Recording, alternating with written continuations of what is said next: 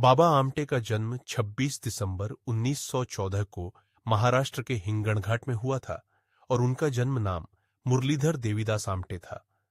उन्होंने कानून की पढ़ाई की, वकालत की और अपेक्षाकृत संपन्न परिवार में पले बढ़े, लेकिन उनकी पहचान अंततः अदालतों से नहीं बनी। ये बाबा आमटे की जीवनी है, उस व्यक्ति की कहानी जिसने अपना जीवन कुष्ठ रोग से प्रभावित उन लोगों के साथ बिताया जिन्हें लंबे समय तक समाज से अलग कर दिया जाता था।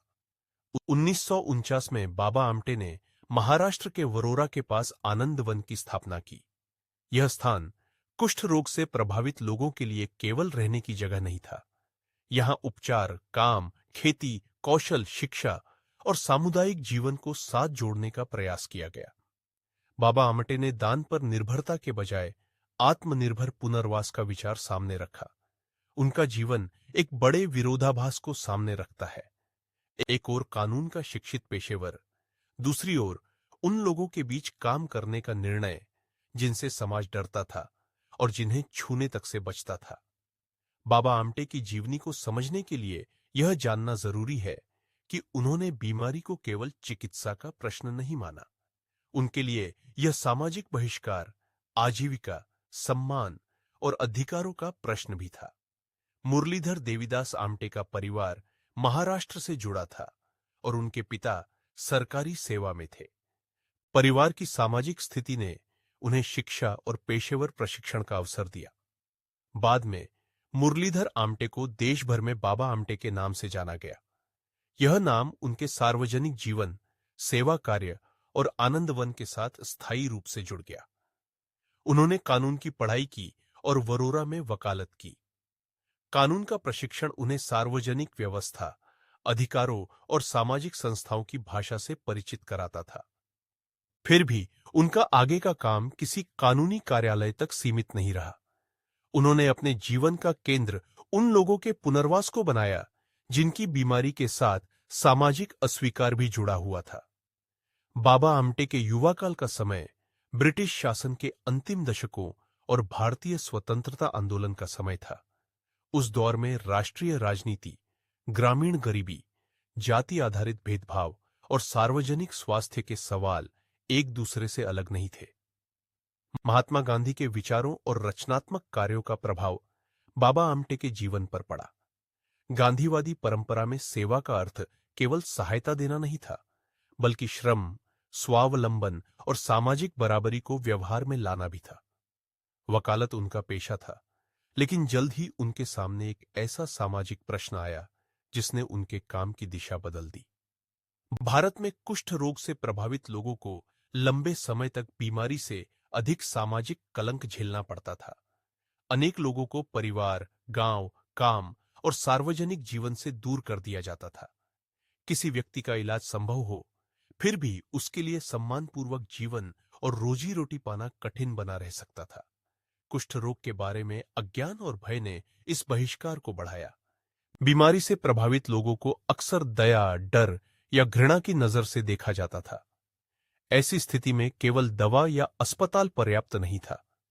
यदि व्यक्ति के पास रहने की जगह, काम, सामाजिक संबंध और आत्मसम्मान का आधार न हो, तो चिकित्सा के बाद भी उसकी स्थिति असुरक्षित रह सकती थी। बाबा आमटे ने कुष्ठ रोग से प्रभावित लोगों को सहायता के निष्क्रिय प्राप्तकर्ता के रूप में देखने से इनकार किया। उन्होंने उन्हें क्षमता, कौशल और अधिकार रखने वाले नागरिकों की तरह देखा।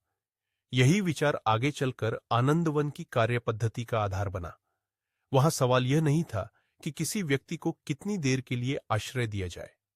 सवाल यह था कि वह समुदाय का सक्रिय सदस्य कैसे बने। इस काम का अर्थ सामाजिक दूरी को व्यवहार में चुनौती देना था। कुष्ठ रोग के साथ जुड़े भय के कारण प्रभावित लोगों के साथ रहना और उनके पुनर्वास का सार्वजनिक काम करना आसान या लोकप्रिय निर्णय नहीं था। बाबा आमटे ने इस विषय को अपने जीवन के केंद्र में रखकर समाज के उस व्यवहार को चुनौती दी जिसमें रोगी को व्यक्ति की तरह नहीं देखा जाता था। उनका उत्तर भाषण या केवल अपील नहीं था। 1949 में वरोरा के पास आनंदवन की स्थापना हुई। आनंदवन का अर्थ है आनंद का वन, लेकिन इसकी शुरुआत किसी तैयार सुविधाजनक संस्था के रूप में नहीं हुई थी। इसका उद्देश्य कुष्ठ रोग से प्रभावित लोगों के पुनर्वास के लिए ऐसा समुदाय बनाना था जहां लोग अलगाव के बजाय भागीदारी के साथ रह सके। आनंदवन की स्थापना बाबा आमटे की जीवनी का निर्णायक मोड़ है। यहां उन्होंने पुनर्वास को काम से जोड़ा। खेती, कुटीर उद्योग, हस्तकला, उत्पादन और दूसरे उपयोगी कौशल समुदाय के जीवन का हिस्सा बने। इस व्यवस्था का व्यावहारिक अर्थ था कि लोग अपनी क्षमता के अनुसार योगदान कर सकें और अपनी उपयोगिता को केवल बीमारी की पहचान से परिभाषित न करें। आनंदवन में स्वास्थ्य सेवा जरूरी थी, लेकिन उसका दायरा केवल उपचार तक सीमित नहीं था। वहां शिक्षा और आजीविका को भी महत्व दिया गया। जिस व्यक्ति को समाज ने काम से दूर कर दिया हो, उसके लिए कौशल और उत्पादन आर्थिक साधन के साथ साथ सामाजिक वापसी का माध्यम भी बन सकते हैं। बाबा आमटे का मॉडल इसी संबंध पर टिका था। कुष्ठ रोग से प्रभावित अनेक लोगों को अंगों की क्षति या शारीरिक कठिनाइयों के कारण विशेष सहायता की जरूरत पड़ती थी। इसलिए पुनर्वास का अर्थ व्यक्ति की वास्तविक स्थिति के अनुसार काम और समर्थन उपलब्ध कराना था। आनंदवन में श्रम को दंड या मजबूरी की तरह नहीं, बल्कि गरिमा और सामुदायिक योगदान के आधार की तरह रखा गया। यह दृष्टि उस समय के दान केंद्रित रवैये से अलग थी। आनंदवन के विकास के साथ यह स्पष्ट हुआ कि एक बस्ती तभी टिकेगी जब वहां भोजन, स्वास्थ्य, शिक्षा, काम और सामाजिक संबंधों की व्यवस्था साथ साथ बने। बाबा आमटे ने एक ऐसा संस्थागत ढांचा तैयार करने का प्रयास किया जिसमें कुष्ठ रोग से प्रभावित व्यक्ति केवल रोगी न रहे, वह किसान, कारीगर, विद्यार्थी, कर्मचारी, शिक्षक या समुदाय का सदस्य भी हो सकता था। यही कारण है कि आनंदवन आगे चलकर स्वास्थ्य, शिक्षा और आजीविका से जुड़ी गतिविधियों वाला व्यापक समुदाय बना। इसकी पहचान केवल कुष्ठ रोग पुनर्वास केंद्र के रूप में सीमित नहीं रही। यह उस विचार का उदाहरण बना कि समाज से बाहर किए गए लोगों के साथ मिलकर उत्पादन और संगठन की नई व्यवस्था बनाई जा सकती है। आनंदवन का काम बढ़ा तो बाबा आमटे का सार्वजनिक परिचय भी बढ़ता गया, लेकिन उनकी प्रसिद्धि का आधार व्यक्तिगत प्रचार नहीं था। लोग उन्हें उस संस्था के जरिए पहचानने लगे जहां बहिष्कार के स्थान पर भागीदारी का प्रयोग किया जा रहा था। आनंदवन ने उनके विचारों को भाषणों से अधिक ठोस रूप दिया। बाबा आमटे के व्यक्तिगत जीवन को समझे बिना आनंदवन की कहानी अधूरी रहती है। उनकी पत्नी साधना आमटे थीं, जिनका जन्म नाम इंदु घुले था। साधना आमटे ने आनंदवन के काम और कुष्ठ रोग से प्रभावित लोगों की सेवा में सक्रिय भूमिका निभाई। यह साझेदारी केवल पारिवारिक संबंध नहीं थी, यह उस दैनिक व्यवस्था का हिस्सा थी जिसके बिना लंबे समय तक चलने वाला पुनर्वास कार्य संभव नहीं होता। बाबा आमटे और साधना आमटे का जीवन आनंदवन के समुदाय से गहराई से जुड़ा रहा। पुनर्वास केंद्र चलाना केवल किसी संस्था का नाम दर्ज कर देने से नहीं चलता। वहां स्वास्थ्य सेवा, भोजन, बच्चों की पढ़ाई, काम के साधन, उत्पादन, प्रशासन और निवासियों की जरूरतों से जुड़े निरंतर निर्णय लेने होते हैं। साधना आमटे इस सामुदायिक जीवन की महत्वपूर्ण सहभागी थी। बाबा आमटे का व्यक्तिगत जीवन किसी अलग निजी दुनिया और सार्वजनिक सेवा के बीच साफ विभाजन वाली कहानी नहीं है। उनका घर, परिवार और कार्यक्षेत्र आनंदवन के जीवन से जुड़े रहे। इसलिए बाबा आमटे के व्यक्तिगत जीवन का उल्लेख करते समय उनकी पत्नी की भूमिका को केवल नाम तक सीमित करना सही नहीं होगा। साधना आमटे स्वयं सामाजिक सेवा और आनंदवन की गतिविधियों से जुड़ी रही। उनके 2 पुत्र हुए, विकास आमटे और प्रकाश आमटे। दोनों आगे चलकर सामाजिक और स्वास्थ्य से जुड़े कार्यों में सक्रिय रहे। इस तथ्य का महत्व इसलिए है क्योंकि आनंदवन और उससे जुड़े प्रयास एक व्यक्ति तक सीमित नहीं रहे। परिवार के अलग अलग सदस्यों ने सामाजिक सेवा और दूरदराज के समुदायों के स्वास्थ्य संबंधी काम में भाग लिया। डॉक्टर प्रकाश आमटे और डॉक्टर मंदाकिनी आमटे का काम महाराष्ट्र के गढ़चिरोली जिले के हेमलकसा क्षेत्र में विशेष रूप से जाना गया। वहां लोक बिरादरी प्रकल्प के माध्यम से आदिवासी समुदायों के लिए स्वास्थ्य और शिक्षा से जुड़ी सेवाएं विकसित की गई।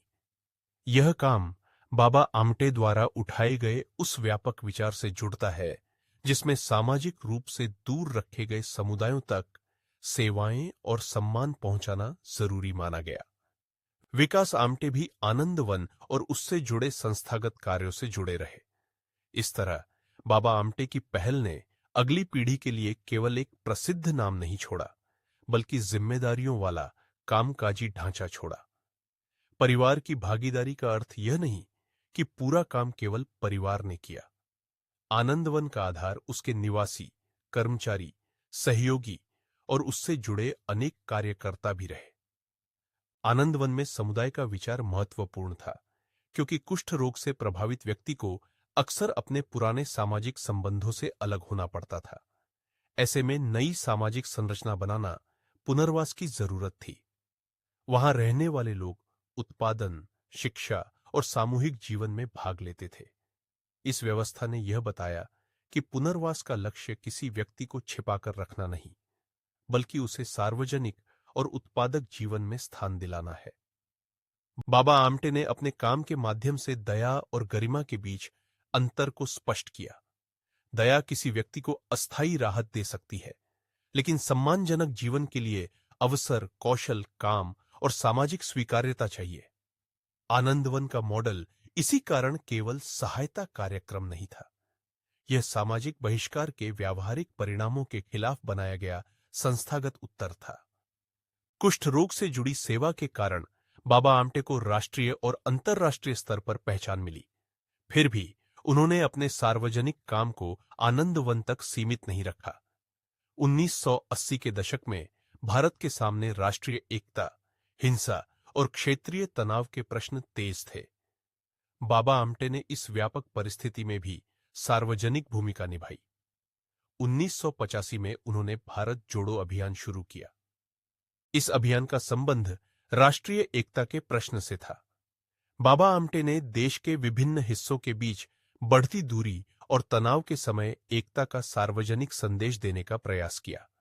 उनके लिए राष्ट्रीय एकता केवल राजनीतिक नारा नहीं थी, यह उस विचार से जुड़ी थी कि समाज किसी समुदाय को अलग थलग करके स्थिर नहीं रह सकता। भारत जोड़ो अभियान ने बाबा आमटे की भूमिका को आनंदवन के बाहर भी व्यापक बनाया। उनके जीवन का पहले का काम मुख्यतः कुष्ठ रोग से प्रभावित लोगों के पुनर्वास पर केंद्रित था। अब वे पूरे देश के स्तर पर सामाजिक विभाजन और एकता के प्रश्नों पर बोल रहे थे। फिर भी इन दोनों चरणों के बीच एक स्पष्ट संबंध था। दोनों में केंद्र में ऐसे लोग और समूह थे जिन्हें सार्वजनिक जीवन में बराबरी से शामिल करना जरूरी था। राष्ट्रीय एकता की बात करते हुए बाबा आमटे ने यह नहीं छोड़ा कि सामाजिक न्याय स्थानीय जीवन से शुरू होता है। आनंदवन में वे बहिष्कृत व्यक्तियों के साथ काम कर रहे थे। भारत जोड़ो अभियान में वे व्यापक नागरिक समाज को विभाजन से ऊपर उठने की अपील कर रहे थे। एक स्तर पर उनका काम गांव और बस्ती की व्यवस्था से जुड़ा था, दूसरे स्तर पर देश के सामाजिक वातावरण से। बाद के वर्षों में बाबा आमटे नर्मदा घाटी में बड़े बांधों से प्रभावित लोगों के प्रश्नों से भी जुड़े। बड़े विकास परियोजनाओं के साथ विस्थापन का सवाल जुड़ता है। जब गांव, खेती, जंगल या नदी किनारे बसे समुदाय प्रभावित होते हैं, तब मामला केवल निर्माण का नहीं रहता, उसमें पुनर्वास, आजीविका, स्थानीय अधिकार और पर्यावरण के प्रश्न भी शामिल होते हैं। बाबा आमटे नर्मदा बचाओ आंदोलन के समर्थन से जुड़े रहे। उन्हें इस आंदोलन का संस्थापक या एकमात्र नेता कहना सही नहीं होगा, क्योंकि यह अनेक कार्यकर्ताओं, प्रभावित समुदायों और संगठनों का व्यापक आंदोलन था। लेकिन बाबा आमटे की उपस्थिति ने विस्थापन और विकास की मानवीय कीमत पर राष्ट्रीय ध्यान बढ़ाने में योगदान दिया। नर्मदा घाटी से उनका जुड़ाव उनके पहले के काम से अलग विषय जरूर था, पर उसका नैतिक आधार परिचित था। आनंदवन में उन्होंने उन लोगों के लिए जगह बनाई थी जिन्हें बीमारी और कलंक के कारण किनारे कर दिया गया था। नर्मदा के प्रश्न में वे उन समुदायों के साथ खड़े हुए जिनका जीवन विकास परियोजनाओं के कारण अस्थिर हो सकता था। दोनों स्थितियों में उनका जोर इस बात पर था कि किसी निर्णय की कीमत सबसे कमजोर लोगों से चुपचाप न वसूली जाए। बाबा आमटे ने अपने सार्वजनिक जीवन में कई स्तरों पर काम किया। कुष्ठ रोग पुनर्वास, ग्रामीण जीवन, शिक्षा, राष्ट्रीय एकता और विस्थापन के प्रश्न। लेकिन इन विषयों को एक ही बात में समेटना जरूरी नहीं है। हर क्षेत्र की अपनी अलग परिस्थितियां थी। फिर भी उनके कार्यों में एक लगातार दिखाई देने वाला तत्व था: सामाजिक सम्मान को व्यवहारिक संस्थाओं और सार्वजनिक हस्तक्षेप से जोड़ना। उनके कार्य को कई सम्मानों से मान्यता मिली। 1971 में उन्हें पद्मश्री प्रदान किया गया। 1985 में उन्हें रेमन मैग्सेसे पुरस्कार मिला। यह सम्मान एशिया में सार्वजनिक सेवा और सामाजिक नेतृत्व के क्षेत्र में उल्लेखनीय योगदान के लिए दिया जाता है। उसी वर्ष उनका भारत जोड़ो अभियान भी राष्ट्रीय एकता के प्रश्न पर उनकी सक्रियता का महत्वपूर्ण संकेत बना। 1986 में बाबा आमटे को पद्म विभूषण से सम्मानित किया गया। भारत का यह दूसरा सर्वोच्च नागरिक सम्मान है। 1999 में उन्हें गांधी शांति पुरस्कार मिला। इन सम्मानों ने उनके काम को सार्वजनिक मान्यता दी, लेकिन आनंदवन की वास्तविक उपलब्धि पुरस्कारों से अलग दिखाई देती है। वहां पुनर्वास का विचार दशकों तक संस्थागत रूप में चलता रहा। सम्मानों की सूची बाबा आमटे की जीवनी का पूरा अर्थ नहीं बताती। किसी समाज सेवी के लिए पुरस्कार उस काम की बाहरी पहचान हो सकते हैं, जबकि संस्थाएं उस काम की परीक्षा होती हैं। आनंदवन के संदर्भ में यह परीक्षा रोजमर्रा की थी। लोग वहां रहते थे, उपचार पाते थे, काम करते थे, बच्चों की पढ़ाई होती थी और समुदाय अपने संसाधनों के साथ आगे बढ़ता था। बाबा आमटे की प्रसिद्धि के साथ एक जोखिम भी पैदा हो सकता था। जनता किसी बड़े नाम को देखकर संस्था को केवल उसी व्यक्ति की उपलब्धि मान लेती है, लेकिन आनंदवन का ढांचा सामूहिक श्रम पर आधारित था। कुष्ठ रोग से प्रभावित निवासी, स्वास्थ्यकर्मी, शिक्षक, कारीगर, कृषि और प्रशासन से जुड़े लोग, सभी ने इस व्यवस्था को चलाने में भूमिका निभाई। बाबा आमटे की भूमिका संस्थापक, प्रेरक और सार्वजनिक आवाज की थी, पर संस्था का जीवन सामूहिक भागीदारी से बना। इस बिंदु पर बाबा आमटे के व्यक्तिगत जीवन का एक और अर्थ सामने आता है। साधना आमटे और उनके परिवार का योगदान महत्वपूर्ण था, लेकिन परिवार भी एक बड़े समुदाय का हिस्सा था। आनंदवन का अनुभव यह दिखाता है कि दीर्घकालीन सेवा कार्य को केवल व्यक्तिगत त्याग की कहानी कहकर समझना अधूरा होगा। इसके लिए संगठन, साझेदारी, कौशल और स्थानीय जिम्मेदारी की जरूरत होती है। बाबा आमटे का नाम अक्सर कुष्ठ रोगियों के सेवक के रूप में लिया जाता है। यह पहचान सही है, लेकिन इसे केवल करुणा तक सीमित नहीं करना चाहिए। उन्होंने कुष्ठ रोग से प्रभावित लोगों के लिए काम, शिक्षा, उपचार और सामुदायिक भागीदारी की व्यवस्था बनाने पर जोर दिया। इस कारण उनका योगदान सेवा के साथ साथ पुनर्वास की सामाजिक परिभाषा बदलने से भी जुड़ा है। कुष्ठ रोग से प्रभावित लोगों के प्रति समाज का रवैया बदलना आसान नहीं था। बीमारी से जुड़े भ्रम और भय लंबे समय तक बने रहे। बाबा आमटे का काम इसीलिए महत्वपूर्ण था, क्योंकि उन्होंने विचारों के स्तर पर ही नहीं, बल्कि एक वास्तविक समुदाय बनाकर जवाब दिया। आनंदवन में रहने वाले लोग समाज के सामने यह प्रमाण बने कि बीमारी किसी व्यक्ति की मानवीय क्षमता को समाप्त नहीं करती। उनका मॉडल हर परिस्थिति का एकमात्र समाधान नहीं था, लेकिन उसने एक स्पष्ट सवाल उठाया: क्या समाज किसी कमजोर व्यक्ति को केवल सहायता देकर संतुष्ट हो सकता है, या उसे बराबरी के साथ रहने और काम करने की स्थितियां भी बनानी चाहिए? बाबा आमटे का उत्तर दूसरी दिशा में था। उन्होंने पुनर्वास को सम्मान और आत्मनिर्भरता से जोड़ा।